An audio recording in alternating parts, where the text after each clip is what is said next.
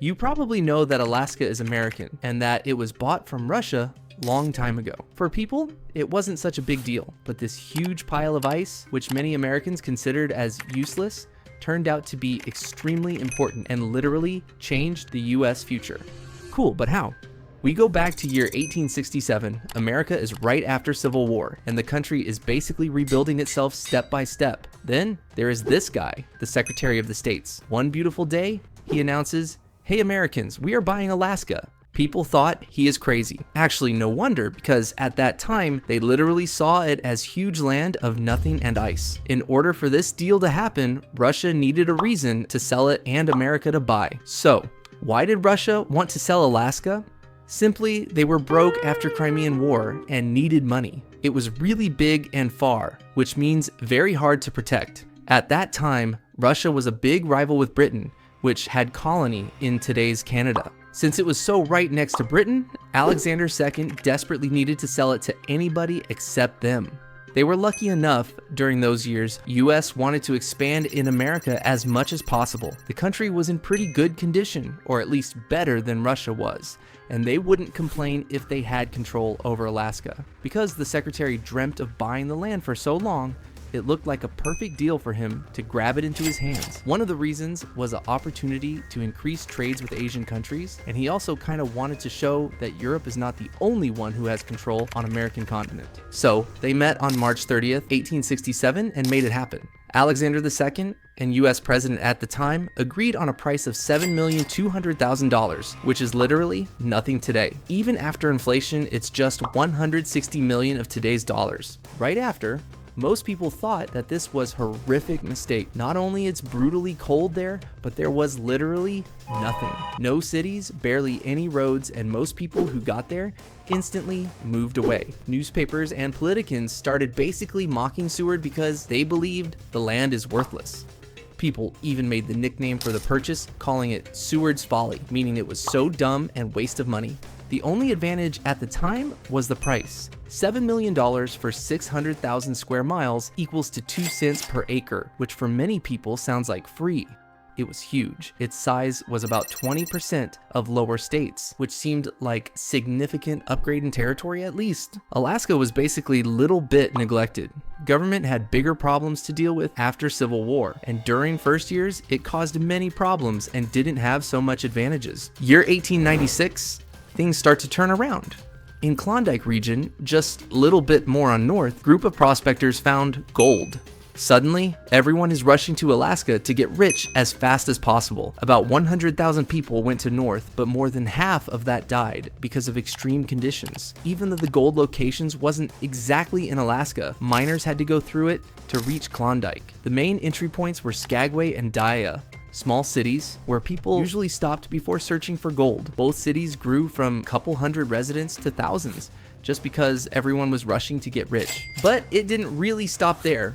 Once they started mining, they also found other resources like copper, coal, zinc, and silver. And it started to look like they finally found the treasure they paid for after years. With so many people arriving, Alaska's infrastructure started growing rapidly. People built new towns for miners, new railroads that would directly connect mines to ports, and ships to carry more supplies. This all madness was very cool for US economy, but not quite good for nature. Since so many people arrived, and mostly for mining, the pure nature turned into disrupted land, and native Alaskan weren't really happy about it. In the next years, nothing was really happening. Most people left after the gold rush, but some stayed for other resources or settled there for longer. Life was pretty much peaceful, but all changed in June 1942. World War II is shaking the world, but mostly in Europe, right? Exactly, but suddenly Japan attacks 2 Alaskan islands and it instantly turns into frontline. This was, by the way, only time in the whole war. An enemy has occupied American soil. Because of this unexpected attack, US realizes it's super important to defend North America also from the west. So they start to build many bases and runways on islands like Adak, Amchitka, Attu to either defend or launch attacks back. The weather was brutal, but soldiers didn't really have other choice than just keep going. In 1943, US with Canadian help successfully takes over occupied islands by Japan, and they get back under American control. Around 20 years after the war, after being just territory for so long, Alaska officially became 49th state of US, and finally got the real state control it deserved. They could now vote their own governor, Gadu senators, for representing and control their own laws, taxes, and basically future. What was not so bright was the fact the government started to claim huge masses of land for itself, digging oil, mining resources, or cutting forests in an enormous way. The locals, of course, weren't amazed by this reality, so they spoke loud and in 1971 got 44 million acres of land and $1 billion from states. Speaking of resources, in 1968, people discovered tons of oil under Alaska. Literally, the largest field on Northern America. The government got surely super excited about that, since US and oil is absolute synergy. One little problem was that the transportation up there still wasn't the best, especially for that amount of oil. If they wanted to sell it, it had to go down to main states. And the only solution was to build 800 miles of Trans-Alaska pipeline system crossing mostly mountains and rivers. The pipeline was fully built in just 3 years, between 1974 and 1977, and cost $8 billion US, which is like half of Bill Gates' net worth. Over 70,000 people worked on building it, and Alaskan towns became crowded like during Gold Rush. Some parts had to be above ground so the oil wouldn't freeze. And the ending point is the port of Valdez, from where tankers carry it to the rest of US. This all oil thing was surely very prospering for every Alaskan.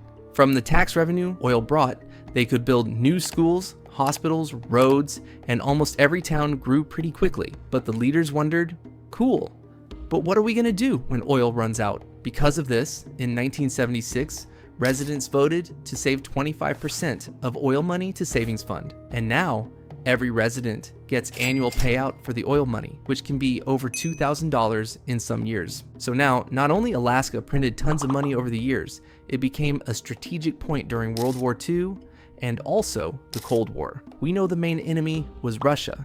Yes, that Russia extremely close to US, who originally controlled Alaska. When a direct enemy is so close, it's not really safe to not put tons of defense mechanism there. And that's what exactly US did. They built chain of radar stations to watch the sky if any Soviet plane got close. Then it continued with building missile sites, so they could not only watch the enemy planes, but also shoot them down.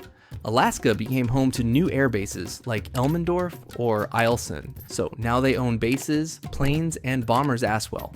By the late 70s, a majority of the sites changed or even got closed. But US also once again realized how important the 49th state actually was in potential conflict with Russia. Natural resources, an important military point. The $7.2 million deal starts to look like absolute banger, but we cannot forget that Alaska is near the sea. And one thing that is in sea and can provide hundreds of millions yearly to economics are fish. Alaska pulls more than half of all US coasts. Salmon, pollock, or for example crab earns more than $300 million per year. Fishing is definitely one of key points of Alaskan economy, since thousands of people fish, process, and send seafood to all over the world. Speaking of economics, another things that add value to that are minerals like cobalt or lithium, and also natural gas. It can be considered as a land of everything. Gas for heating, minerals for batteries, solar panels, wind turbines, oil for transportation, gold for jewelry, fishes for markets, and tons of other products. Yes, products, but that still isn't enough. Since Alaska is also naturally beautiful, another segment that plays role in money making for the state is tourism. Since the nature is beautiful, mostly the national parks could make hundreds of millions or even billions. No long ago, in 2022, national parks in Alaska made $1.16 billion purely from tourism. For example, Denali National Park. In 2023, it has welcomed over 500,000 tourists, which left more than 550 million. That equals to around $1,000 per visitor, which shows that even with not that big number of tourists, majority of them is pretty rich. From what the history says, we learned that buying Alaska was a great deal for US almost in every aspect. But how looks the future? The resources won't be there forever, and will the climate change be the problem? Well, maybe it could. But if by 2035 ice melts on some parts, that means ships could sail directly to the North Pole, saving time and money. New opening shipping lanes would be also positive for trades, and if more and more ice melts, oil, gas, and minerals could get more accessible. From the geopolitical side today, it's still very dominant. Not only US has the one of most advanced military bases there, which hosts jets like F-22 Raptors or F-35s, the most advanced fighter jet, but also uses advantage of being near the Arctic and Northwest Pacific. It's also the closest to Russia and China, and can watch the situation on the sea in the Eastern Asia. Summary: US is kind of the only one Russia will negotiate Alaska with, agreeing on 7.2 million. First decades, it looks like Russia scammed US until they found gold. Some get rich, some die on their way. From gold, it turns into a hunt for resources, gas, oil, and the land itself is prospering quickly. Alaska became a strategic point in major wars, so they also became powerful on military side. 1959, Alaska becomes official US state, and now it serves as land to almost 800,000 people. For more videos, don't forget to like and subscribe, and see you next time.